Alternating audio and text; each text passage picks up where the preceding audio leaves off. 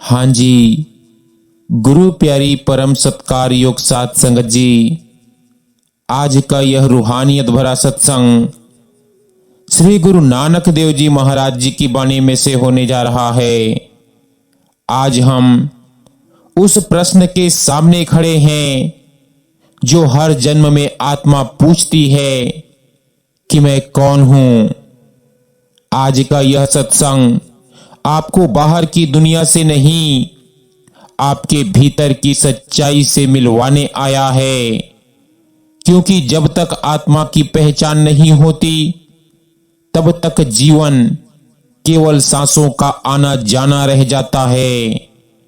संत कहते हैं कि मनुष्य जन्म मिला है, पर मनुष्य ने स्वयं को पहचाना नहीं। वह शरीर को ही मैं मान बैठा, नाम, रूप, रिश्ता, जाति, धर्म, धन, दौलत सबको अपना समझ लिया, पर जो इन सब को देख रहा है उसको कभी जानने की कोशिश नहीं की। यह शरीर मिट्टी है, आज है कल नहीं रहेगा। मन चंचल है, कभी यहां कभी वहां, पर जो इन दोनों को जानता है, जो देखता है कि शरीर थक गया, जो जानता है कि मन दुखी है, वही आत्मा है। आत्मा दिखाई नहीं देती, पर उसी के कारण सब दिखाई देता है। आत्मा बोलती नहीं, पर उसी से शब्द निकलते हैं। आत्मा चलती नहीं, पर उसी से यह देह चलती है। गुरु नानक देव जी इस सत्य को बड़ी सरल वाणी में समझाते हैं। कहते हैं, हर घट के भीतर, हर कण के भीतर वही एक परम चेतना समाई हुई है।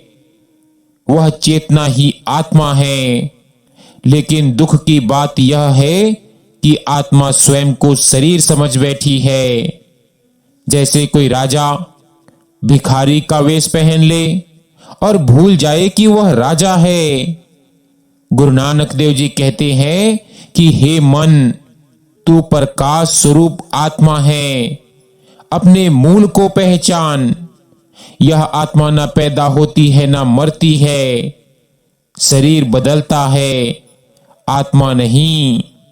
जैसे आदमी पुराने कपड़े उतारकर नए कपड़े पहन लेता है, वैसे ही आत्मा एक शरीर छोड़ दूसरा शरीर धारण कर लेती है। गुरु नानक देव जी स्पष्ट कहते हैं कि जो पैदा हुआ है वह नष्ट होगा, पर जो आत्मा परमात्मा का अंश है वह अविनाशी है। आत्मा दुखी नहीं होती, दुख मन को होता है। आत्मा रोती नहीं, रोता अहंकार है। आत्मा डरती नहीं, डर शरीर का है। पर हम उल्टा समझ बैठे हैं। हम आत्मा को ही नहीं सुनते, मन को सुनते हैं। इसीलिए जीवन भर शांति बाहर खोजते रहते हैं। जब तक आत्मा की पहचान नहीं होती तब तक धर्म भी बोझ लगता है, भजन भी थकान लगता है और जीवन भी संघर्ष बन जाता है। गुरु नानक देव जी फिर चेताते हैं कि सच्चाई बाहर के भेद से नहीं मिलती, सच्चाई भीतर जागने से मिलती है। आज के इस सत्संग में इतना ही समझ लेना पर्याप्त है कि तुम यह शरीर नहीं हो, तुम यह मन नहीं हो, तुम वह आत्मा हो जो परमात्मा की संतान है, जो परमात्मा की अंश है। जब यह बात हृदय में उतरने लगती है तभी सत्संग शुरू होता है, तभी यात्रा शुरू होती है और तभी आत्मा घर लौटने की राह पकड़ती है। गुरु प्यारी साध संगत जी, अब प्रश्न उठता है कि जब आत्मा शरीर नहीं है और आत्मा अमर है, तो फिर यह आत्मा आई कहां से और कब आई? संत कहते हैं आत्मा कभी पैदा नहीं हुई। जिसकी उत्पत्ति हो वह नष्ट होता है और आत्मा नष्ट नहीं होती। आत्मा सनातन है। जैसे सूर्य से किरण निकलती है पर किरण सूर्य से अलग नहीं होती, वैसे ही आत्मा परमात्मा से निकली है पर उससे अलग नहीं हुई।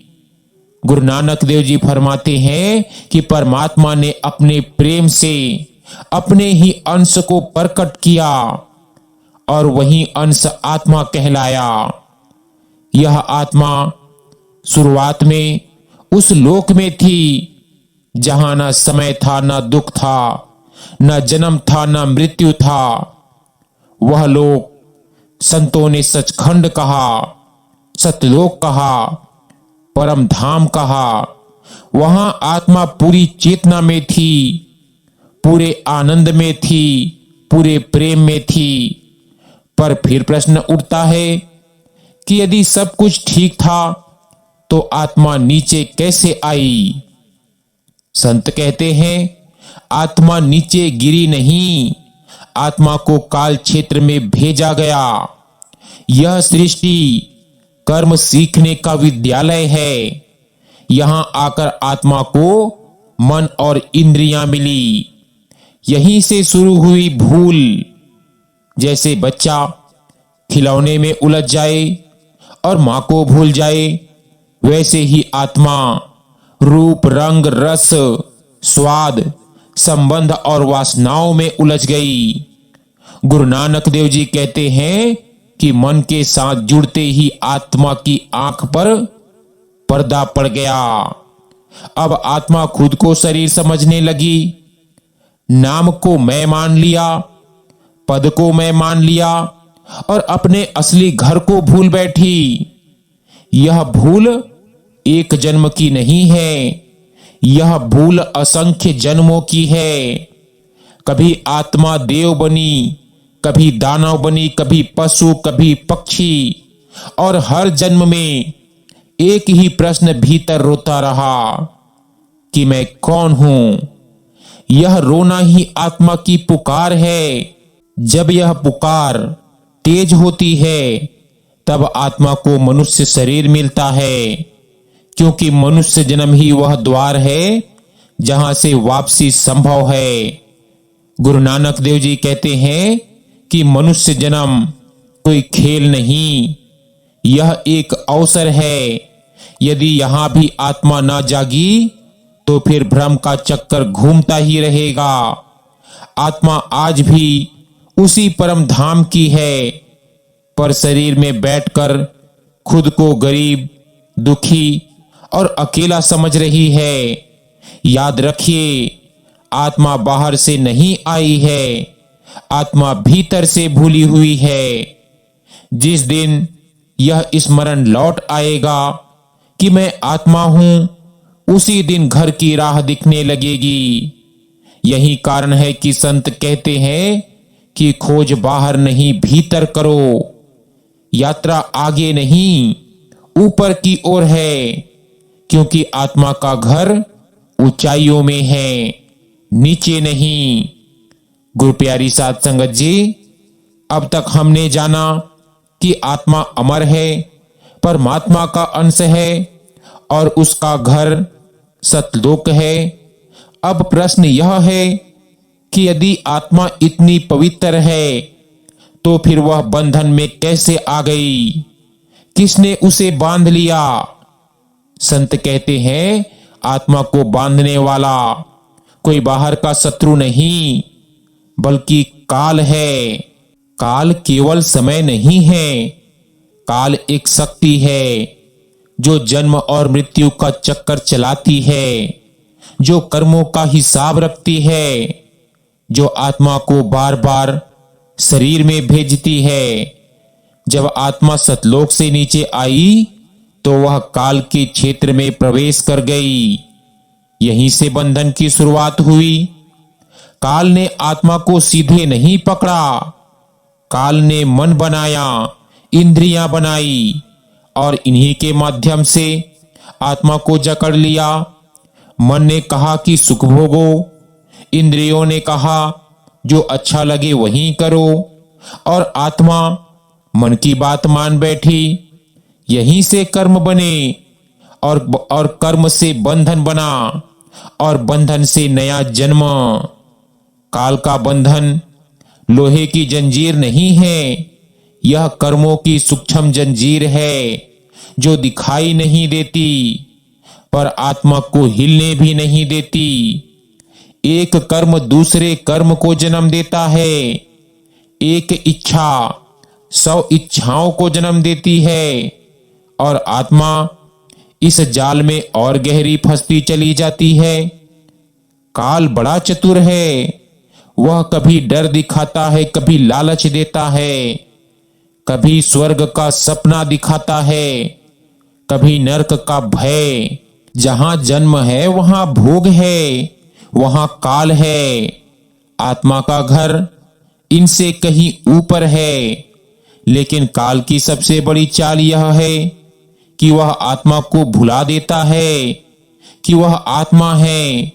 वह कहता है कि तू शरीर है, तू नाम है, तू ही करता है, और आत्मा इस झूठ को सच मान लेती है।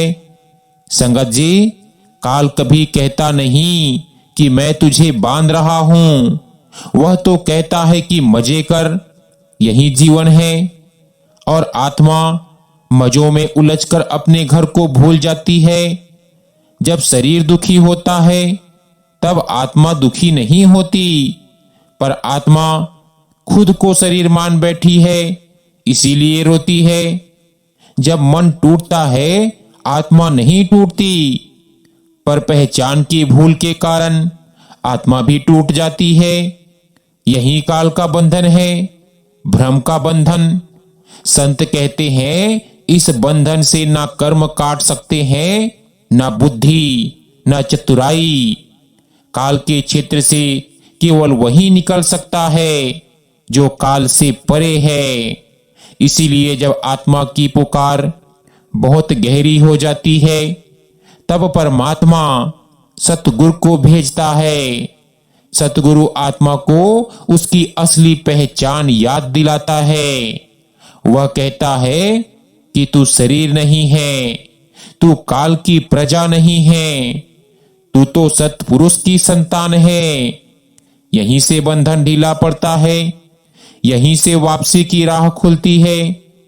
संगत जी, सार इतना ही है कि आत्मा बंधी हुई नहीं है, आत्मा भूली हुई है, और जो भूला है वह याद आ सकता है। संगत जी, अब तक हमने जाना कि आत्मा अमर है, परमात्मा का अंश है, और काल के क्षेत्र में बंधन में फंसी हुई है। अब प्रश्न उठता है कि जब आत्मा जन्म नहीं लेती तो फिर यह जन्म कैसे होता है? आत्मा शरीर में कैसे प्रवेश करती है? संत कहते हैं जन्म आत्मा का नहीं होता, देह का होता है। आत्मा तो केवल देह को धारण करती है। जैसे आदमी घर बदलता है वैसे ही आत्मा शरीर बदलती है। जब किसी आत्मा के कर्म पूरे नहीं होते, जब इच्छाएं अधूरी रह जाती है, तब काल उसे फिर से शरीर में भेज देता है। यह निर्णय आत्मा स्वयं नहीं लेती, यह निर्णय कर्मों के हिसाब से होता है। मृत्यु के समय देह तो यहीं रह जाती है, पर आत्मा अपने साथ पूरा कर्मों का लेखा ले जाती है। यही कर्म नए जन्म का बीज बनते हैं। जब माता पिता आपस में संबंध बनाते हैं, उसी समय आकाश से कोई आत्मा अचानक नहीं उतरती। उस समय पहले से निर्धारित आत्मा अपने कर्मों के अनुसार उस गर्भ की ओर खींचती है। संत कहते हैं जिस आत्मा के जैसे कर्म होते हैं वैसा ही माता पिता, वैसा ही परिवार, वैसा ही शरीर मिलता है। यह सब संयोग नहीं है, यह कर्मों की गणित है। जब आत्मा गर्भ में प्रवेश करती है तो सबसे पहले उसका संबंध मन से जुड़ता है। यहीं से नया अहंकार बनता है। गर्भ में आत्मा को पिछले जन्मों की याद रहती है। वह रोती है, वह पछताती है, वह प्रतिज्ञा करती है कि अब की बार मैं परमात्मा को नहीं भूलूंगी।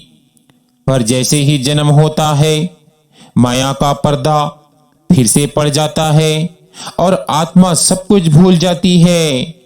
यह भूल प्राकृतिक नहीं है, यह काल की व्यवस्था है। क्योंकि यदि आत्मा सब कुछ याद रखे तो वह बंधन स्वीकार ही ना करे। बचपन से आत्मा को नई पहचानें दी जाती है। यह तुम्हारा नाम है, यह तुम्हारी जाति है, यह तुम्हारा धर्म है, यह तुम्हारा काम है। और धीरे धीरे आत्मा अपने को इन्हीं पहचानों में खो देती है। मन मजबूत होता जागता है, अहंकार गहरा होता जाता है और आत्मा पीछे छूट जाती है। संत कहते हैं कि जन्म का उद्देश्य भोग करना नहीं है, जन्म का उद्देश्य है जागना। यह मानव शरीर कोई संयोग नहीं है, यह एक अवसर है, यह अंतिम द्वार है जहां से वापसी संभव है। यदि इस जन्म में भी आत्मा मन के पीछे ही चलती रही तो फिर यात्रा लंबी हो जाएगी। इसीलिए संत बार बार कहते हैं कि शरीर मिला है तो सोने के लिए नहीं, जागने के लिए मिला है। आत्मा शरीर में कैद नहीं है, आत्मा भ्रम में है और यह भ्रम केवल ज्ञान से नहीं, अनुभव से टूटता है। गुरु प्यारी सत्कार योग साध संगत जी, मृत्यु ऐसा सत्य है जिससे कोई बच नहीं सकता, पर फिर भी मनुष्य उससे सबसे ज्यादा डरता है। डर इसीलिए नहीं कि मृत्यु बुरी है, डर इसीलिए कि आत्मा को अपना सच याद नहीं। संत कहते हैं कि मृत्यु शरीर की होती है, आत्मा की नहीं। आत्मा तो केवल एक द्वार से निकलकर दूसरे द्वार की ओर बढ़ जाती है। जब मृत्यु का समय आता है तो सबसे पहले शरीर की पकड़ ढीली पड़ने लगती है, इंद्रियां साथ छोड़ने लगती है, आंखें देखना बंद करती है, कान सुनना बंद करते हैं, पर चेतना अभी भी होती है। आत्मा सब कुछ देख रही होती है। उस समय कोई रिश्तेदार साथ नहीं जाता, कोई धन साथ नहीं जाता, कोई नाम, कोई पद, प्रतिष्ठा साथ नहीं जाती। साथ जाता है केवल मन और कर्मों का बोझ। मृत्यु के समय मन वही दृश्य दिखाता है जिनसे जीवन भर आत्मा जुड़ी रही, जिसका ध्यान रहा, उसी की छाया अंत समय में आगे खड़ी हो जाती है।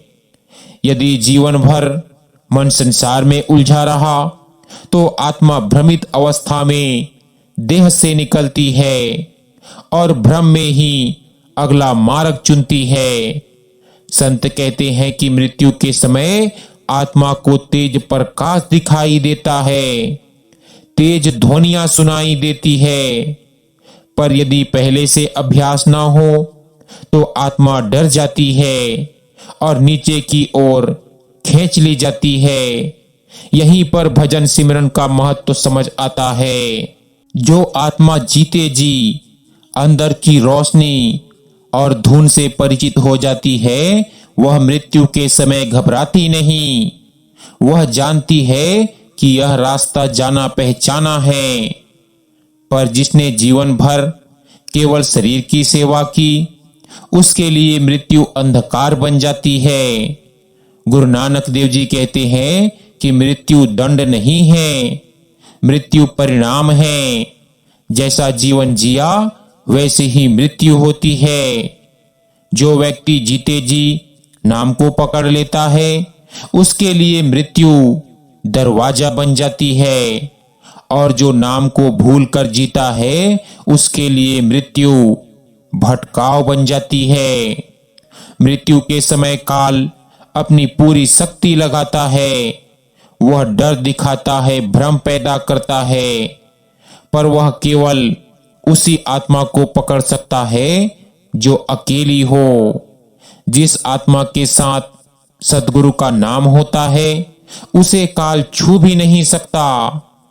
संत कहते हैं कि अंत समय की तैयारी अंत समय में नहीं होती, वह पूरे जीवन की साधना का फल होता है। इसीलिए आज जो समय मिला है वह मृत्यु की तैयारी का समय है। जो आज जाग गया उसके लिए मृत्यु डर नहीं रहती। गुरु प्यारी साध संगत जी, अब हम जानेंगे कि मृत्यु के बाद आत्मा कहां जाती है। मृत्यु के बाद सबसे बड़ा प्रश्न यही उठता है कि अब आत्मा कहां जाती है। क्या वह यहीं भटकती है? क्या वह स्वर्ग जाती है या फिर से किसी शरीर में लौट आती है? संत कहते हैं कि मृत्यु के बाद आत्मा वहां नहीं जाती जहां वह जाना चाहती है। आत्मा वहां जाती है जहां उसकी अवस्था उसे ले जाती है। मृत्यु के समय जैसा मन होता है, जैसे चेतना होती है, वैसे ही दिशा आत्मा को मिलती है। यदि आत्मा जीवन भर सिर्फ संसार में उलझी रही तो मृत्यु के बाद वह भी संसार के ही मंडलों में भटकती रहती है। यदि कर्म भारी हो तो आत्मा दुख के लोकों में जाती है, यदि कर्म अच्छे हो तो सुख के लोक मिलते हैं, पर सुख के लोक भी स्थायी नहीं होते। स्वर्ग भी काल के क्षेत्र में है जहां भोग है, जहां पतन भी है। स्वर्ग में भी कर्म समाप्त होते हैं, और जैसे ही कर्मों का फल पूरा होता है आत्मा को फिर से नीचे आना पड़ता है। नरक कोई स्थायी स्थान नहीं है, वह भी कर्मों का परिणाम है। जैसे अस्पताल में बीमारी का इलाज होता है, वैसे ही नरक में कर्मों का हिसाब चुकता होता है।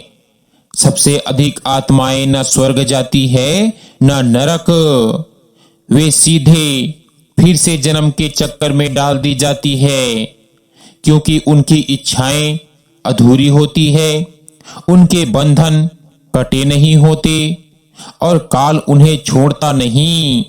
यही कारण है कि संत कहते हैं जन्म और मृत्यु दोनों दुख हैं, एक में भूल होती है और दूसरे में पछतावा, पर एक मार्ग ऐसा भी है जो इन सब से ऊपर है, जिसे संत वापसी का मार्ग कहते हैं। जो आत्मा जीते जी नाम सिमरन से जुड़ जाती है, जो भीतर की रोशनी और धुन को पहचान लेती है, उसके लिए मृत्यु के बाद अलग रास्ता खुलता है।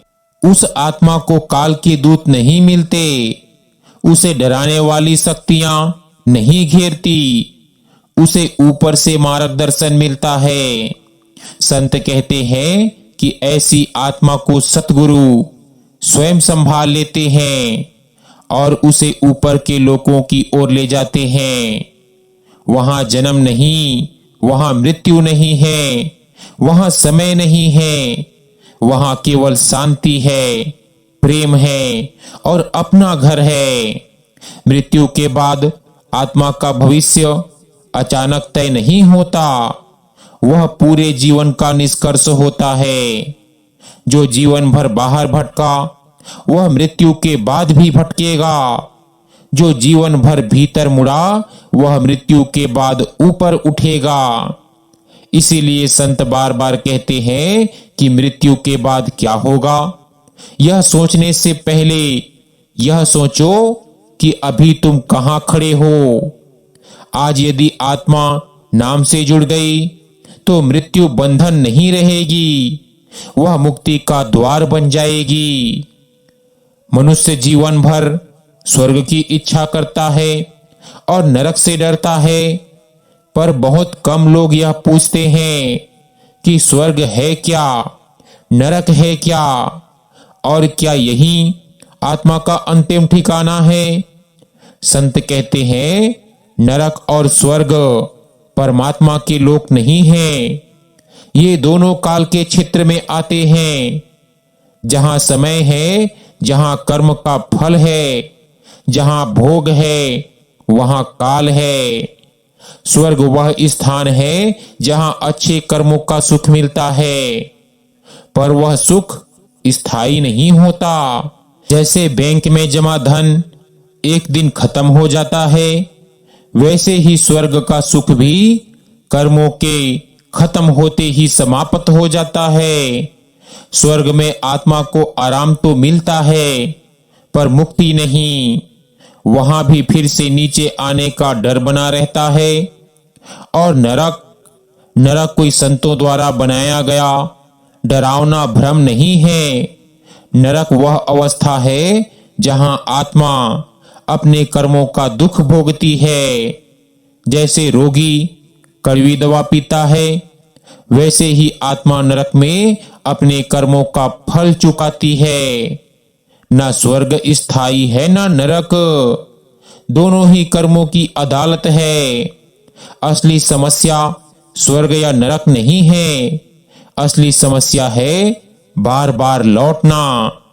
एक बार स्वर्ग फिर जन्म, एक बार नरक फिर जन्म, और फिर वही दुख, वही भ्रम, वही भूल। इस पूरे क्षेत्र को संत काल लोक कहते हैं।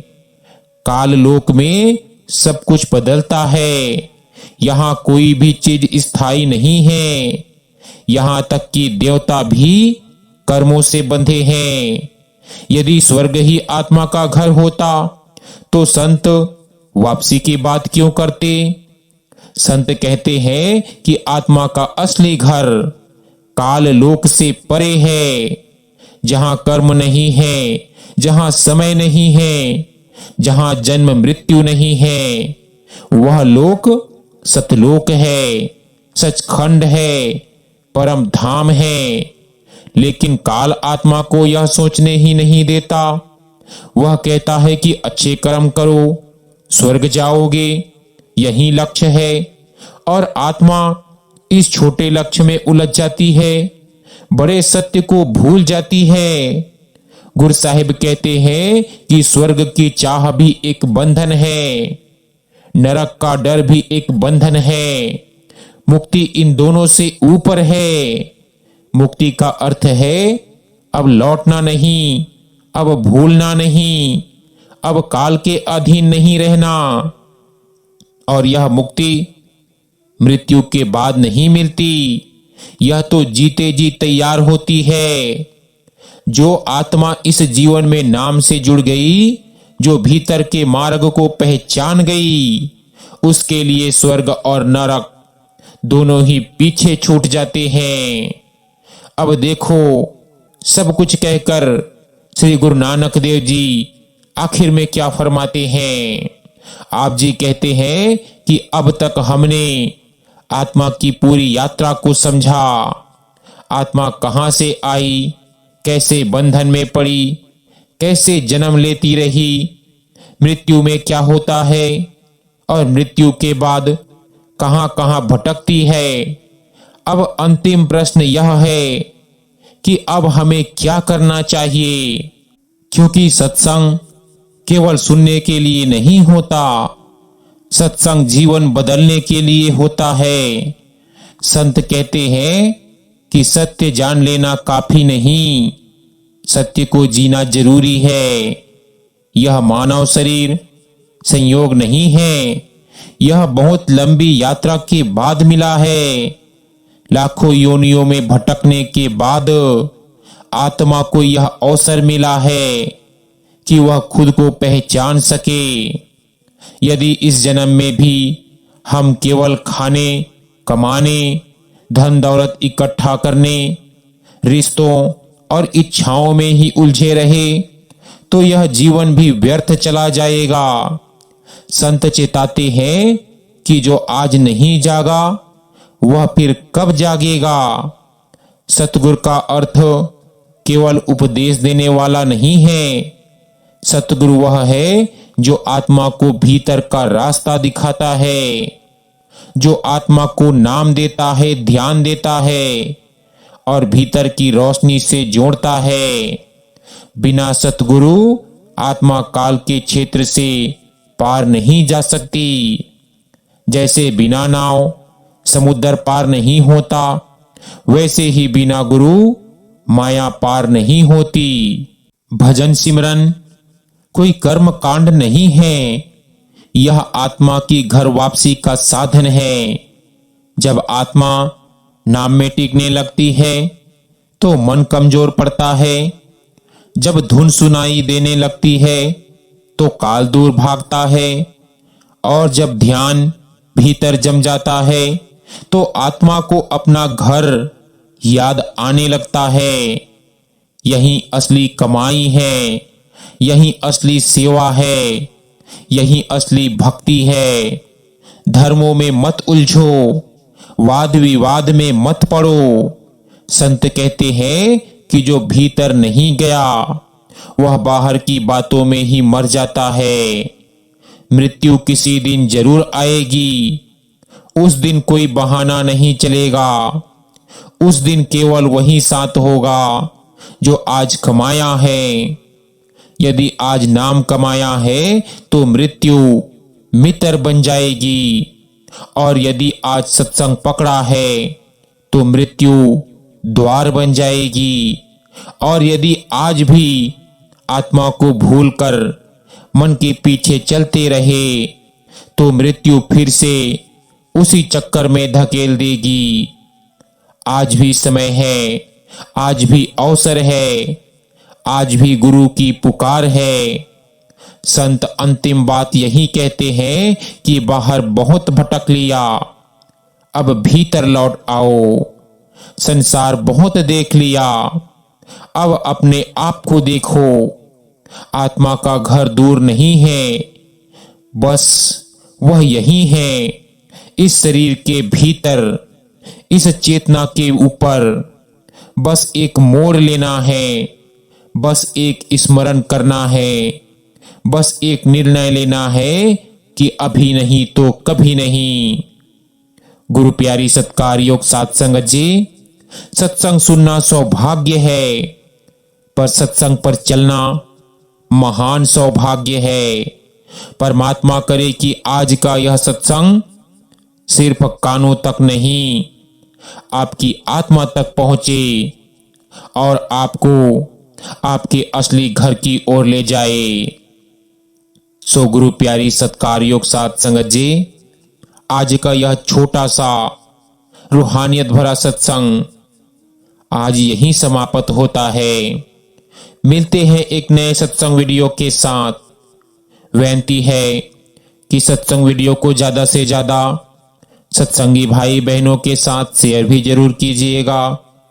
और जो भी सत्संगी भाई बहन चैनल पर नए हैं, हर बार की तरह आज भी उनसे अंत में विनती की जाती है कि रोजाना सत्संग सुनने के लिए अगर मर्जी पड़े तो चैनल को सब्सक्राइब भी कर सकते हैं जी। तो संगत जी, अगर आपने कल का सत्संग नहीं सुना है तो एक बार जाकर जरूर सुनिएगा। बहुत ही प्यारा सत्संग है। इस वीडियो के अंत में उसका लिंक है, आप जी चाहे तो वहां से जाकर भी सुन सकते हैं। तो संगत जी, दीजिए इजाजत। आप जी सभी संगत को प्यार भरी राधा स्वामी जी।